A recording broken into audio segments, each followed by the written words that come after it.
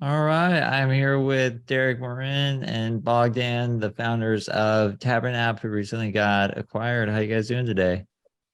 Fine, Good. fine. Yep.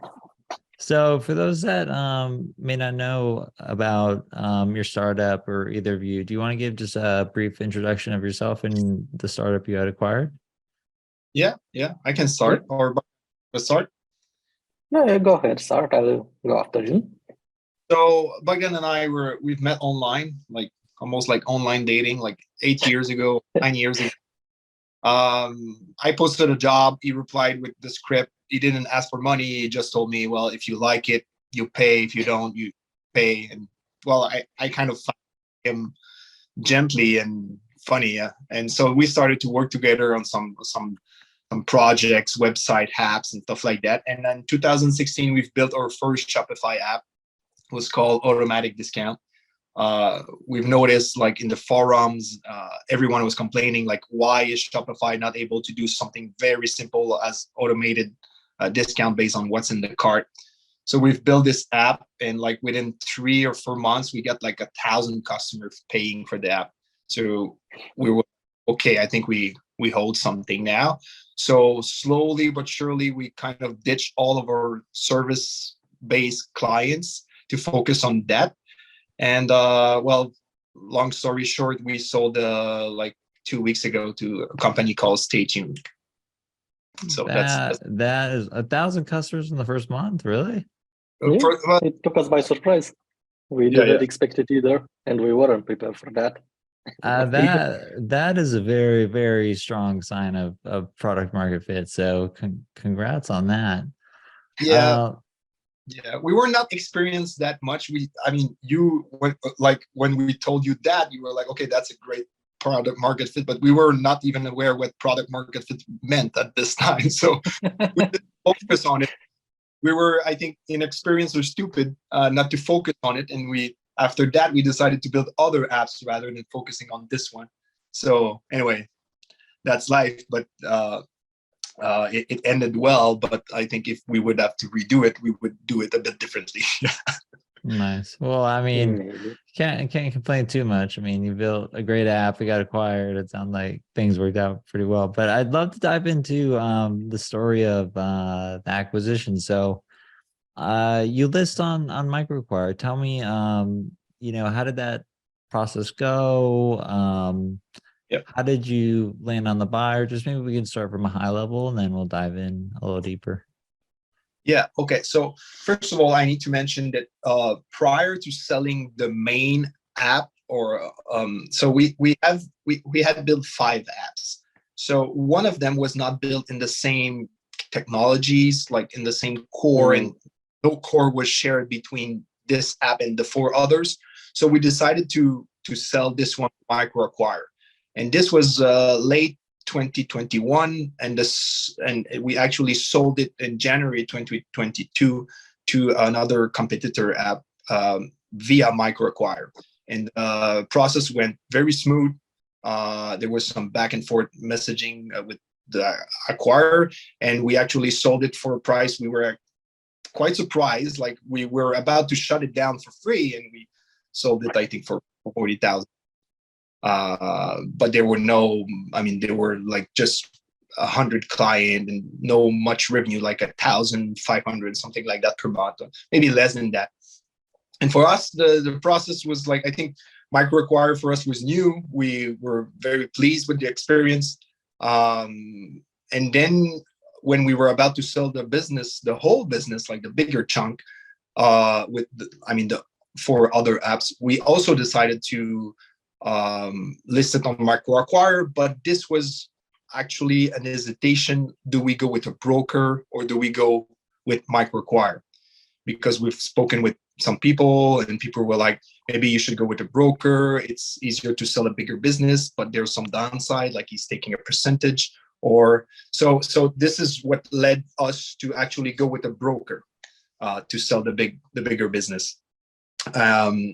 So the broker built like a information memorandum, I think it's called, like a PDF of 60 pages plus, really, really nice. Like, it was so appealing, to be honest, that I wanted to buy myself the business when I looked Yeah. at the PDF. And then he contacted his own networks. I think he sent like 12, 15 emails. I don't know how much, but not that many. And then kind of quiet. Like the market, like the stock market was down. We've seen crazy valuation in 2020 to even 2021. But then at the end of, in the middle of 2022, when we actually decided to sell the business in June or May, everything was going down. So it was silence, like for a few weeks, like nothing. So I told, his name is Attila from Ari Capital, and cheers to him, by the way. I told him, can you list it on MicroAcquire? So at the beginning was like, I was not sure if we would accept to that. A broker using MicroAcquire to sell, which MicroAcquire I think was built to skip the brokers and skip the intermediaries. So and he said yes. So he posted it on MicroAcquire at this time. I'm not sure how many requests he got. I think he got a lot.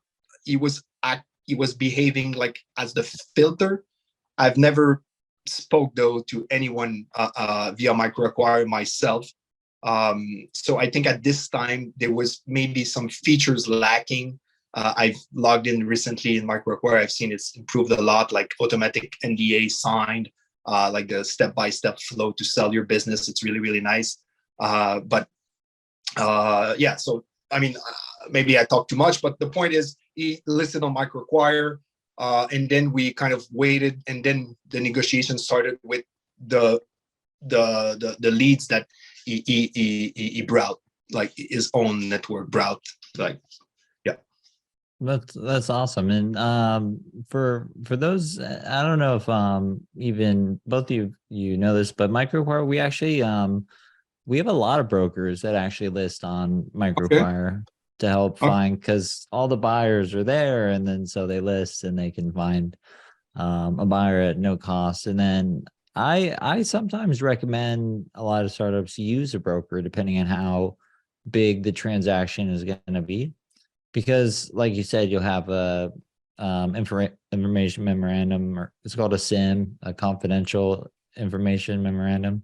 It's like a fancy word for like a reverse pitch deck. So just having that support and just, kind of almost, advisor / therapist, if you will, when the transaction is going to be a life-changing amount.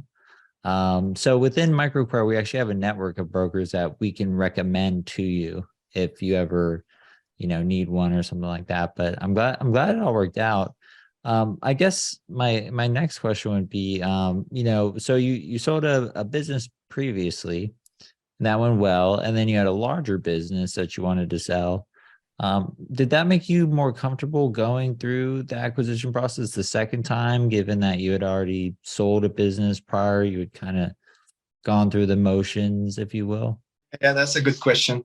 Well, I would let maybe Bogdan speak about that, because we had I think we were not on the same page when we decided at first to go with the broker. I'm not sure how you felt, Bogdan. Then I can share how I felt as well. Yeah, well, I'll go ahead and say why I liked the idea of a broker, and I thought of him like the training wheels. You want the training wheels when you do something big for the first time. And my main point for why I wanted to go with a broker as well was because he provides you more insights and he has better experience than us, and he's less prone to making mistakes than us, for example. So I kind of wanted to go with someone who was an expert in the domain to help us guide us. Yeah, sorry, go ahead.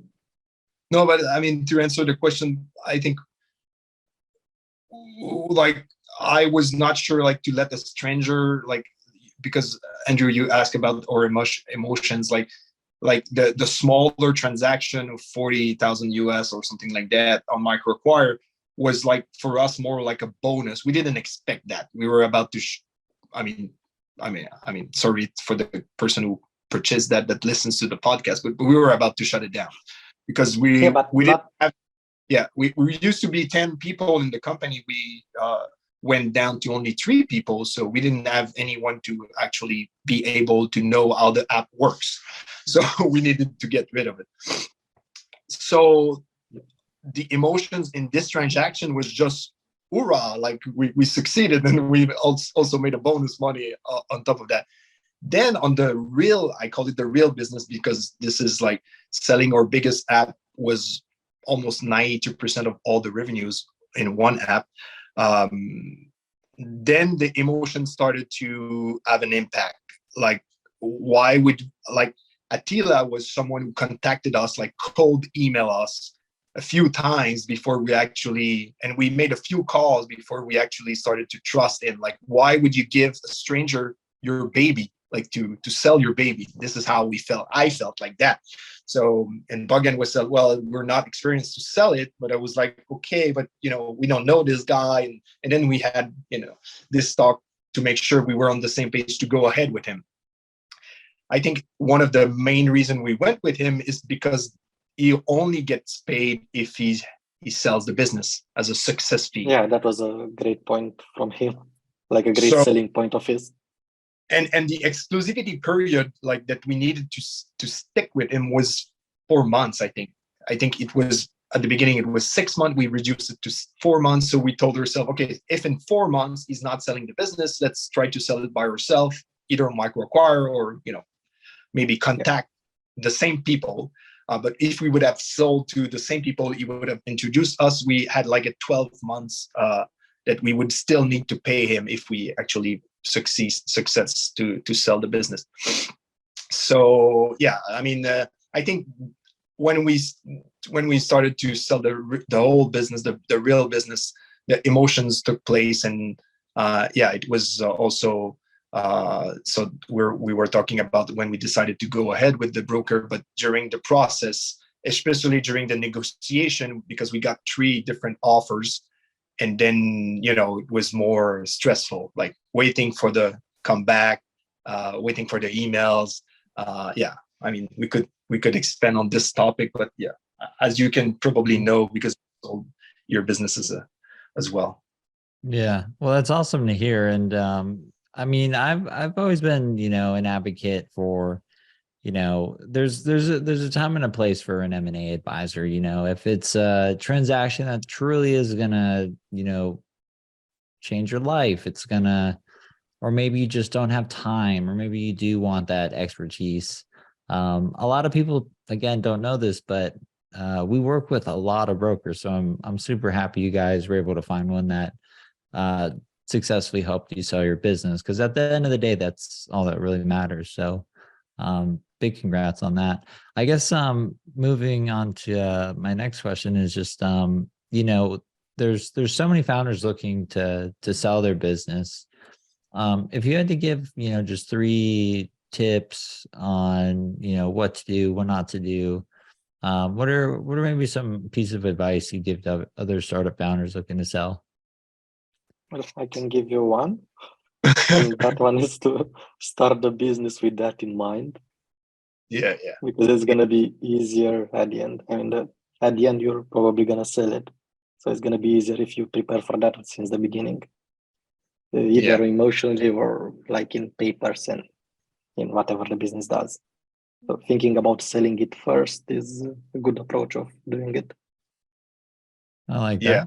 I agree as well. Like, just a simple example, if you start on day one with the mind to sell the business, we would have built like very differently the whole business. For example, how do you manage your passwords? Like, how will you transfer your passwords? Are you using like just that? It's simple. It might look stupid, but it's really painful if you've not thought about it at first. Yeah, I think just a lot of startups underestimate just the importance of just being prepared for an acquisition, because sometimes it could come across at any time. With MicroAcquire, with a broker, or without one. Someone could reach out and it's a perfect fit, and just having all that material readily available can make all the difference, especially in terms of showing the buyer that you're serious and that they can move quickly in terms of doing due diligence. So that's a good piece of advice. I definitely agree with that.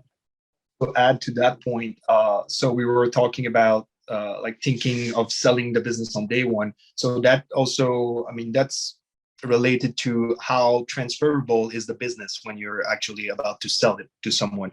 Do you have people in the team that you could, as two founders, you could leave and the business could still run? I think you also, I've read your book, you had the same process when you were not sure about telling the people, when telling your people and stuff like that. Us, we were kind of lucky enough to only have one employee. So the mistake we've made was not to replace ourselves before. If we would redo that, I think Bogdan and I would just try to replace ourselves at least a year before we actually sell the business, just to make it more easy to transfer and to also shorten the period that, because we will stay with them until the end of 2023 with Stay Tuned, but it could have been shorter if we would have thought about it before. So to make the business transferable was kind of a lack in our case. Also, everything that is related on the technical point of view to the documentation, unit testing, like if you're selling a software, how much automated tests do you have? This is also something that all the but buyers. it circles back to the same thing. It has to work without you. And to work without you, you need all of this stuff. You need documentations, you need testing, you need people. Yeah, exactly. So, yeah. I agree with that. I always say, as CEO or the founder of your startup, you kind of want to be the most useless person in the company, depending on the scale. Yeah. Like at Business Apps, my previous company, when I sold it, I kind of just, my whole team was running everything. During due diligence, everything was just like, ask that person, ask her. I don't know how that works anymore. Like, it just, and I think if you get, yeah, go ahead. No, I mean that's good. I think you did it the right. I think you really is the right way when you do it the wrong way. Well, it sounds also counterintuitive, but yeah, it's the right way. It is very counterintuitive, but in two thoughts, it makes a business easier to sell, number one, and then actually 3 points on this. So just on the topic of just delegation and reducing just kind of, you being a central point of failure in the business as CEO. Two, your business will grow faster if you're not involved, because you can't be involved in every single decision. There's just too many. So you need to trust your team. And then three, you'll keep your sanity, because you don't have to, mistakes are going to happen. You can't be worried about everything. You got to have a team in place that can, move the business along. And when it grows without you, that's when you really, really have something on your hands. So congrats to you guys for getting there. I guess, moving on to the next question is, I got a feeling you guys are working on something new now. Do you guys have anything that you're already working on post acquisition? Not yet, to be honest. We're still in. Last week we finished migrating everything to them, so we're still waiting for them to push the big red button to release the escrow funds. Nice. So we're still in this process, and it should be on Friday. That is coming. Not sure when this podcast or this video will be shared, but it's probably going to be thing of the past. Then, yeah, for sure, we're going to stay together. I think for me, I think I could share that I almost fell in love with Bogdan the way he is. Oh gosh, we got some founder romance going on. You could add like a background music on it, but anyway, for us it was really important to think of what we do next, but we don't want to, because we don't want to be too excited too fast, and because we're still working with Stay Tuned for X number of hours until next year. So we don't want, we know how we are, we don't want to get too excited too fast, so we kind of postpone every good ideas we have, and we're like, no, that's better, that's a bad idea, that's a bad idea. But we know that we want to do something else. As entrepreneurs, I think this is what we like to do. No, we don't have. I don't have a cool answer for you. Like we don't have a Not project, yet, right? but That's hopefully we'll call again and have the cool answer for you. yeah, that's probably the best answer sometimes, because it gives you time to think. One of the biggest decisions you can make as a startup founder is what problem do you go after? What market do you play in? Yeah. What do you not want to do with your next startup? Because you have experience in terms of, do you Yeah. want to manage people? Do you want to, play to your strengths? Do you want to go into a different business model? You have so much time to think about it now. We're tinkering with buying a business and not starting from scratch, and that's why we're actively looking on microacquire as well. Yeah, I know. I'm a little biased, but I recommend that route. The risks are smaller. They're already a business, a product market fit. They have customers. They have a business. So why not buying it and scaling it? I think that's one of the idea we have. What kind of business we don't know, but a kind of business that would have weaknesses that we could fill in with our strengths. So that's, Yeah. I mean, whatever the industry. One of the strengths we got was this one to scale them fast. Like because that app grew that fast, we learned how to handle and what many people want at the same time, like how to handle this part of the business. So scaling a business would be something that we would like to do. Yeah, see, that's one of my favorite parts about microacquire is, you're able to sell a business, and through building that business, you learn so much. You learn, how to start a business, how to get those first customers, and then how to scale the business, which is arguably, they're both hard, starting and scaling. But now you have an opportunity to potentially buy a business, then apply those, lessons and avoid the mistakes that every founder just makes along the journey, and potentially grow something even bigger than this last business. So I'm excited for you guys. Well, we're probably. Well, thanks for that. First, we're probably gonna make not the same mistakes, but new ones. But Yeah, no, that's totally true. Yep. but the situation has changed for us. I mean, we started like we were poor, no capital, we didn't raise any money, we bootstrap everything. So that's why we were relying on services just to found our main apps. And now we have some sort of capital, so we can think, I think, differently. And I think we should think differently, not like poor guys in Montreal and Bucharest, just trying to start from. I think, yeah, and I believe in 2023 we were gonna have some great opportunities. I think the market might still go down. So, yeah, I mean, we Bogdan and I know we might have not sold at the right time in terms of valuation if you compare with the year prior, but that also it is related to what Bogdan was saying, to be prepared to sell on day one. And if we would have been prepared to sell on day one, yeah, it would have changed. But anyway, we're looking for opportunities like this, and we're gonna keep an eye on microacquire for sure. Right on. Well, I'm definitely rooting for both of you, and maybe I'll get you guys back on the podcast when you acquire something or sell another business. Yeah. For those that maybe want to like get in contact with you to just learn more about your story, where can people find you? I don't think we prepared for that. We just lost our emails and domains. So. Okay. Okay. Yeah, just say your home address. They can come knock on your door. Tell you my phone number, maybe.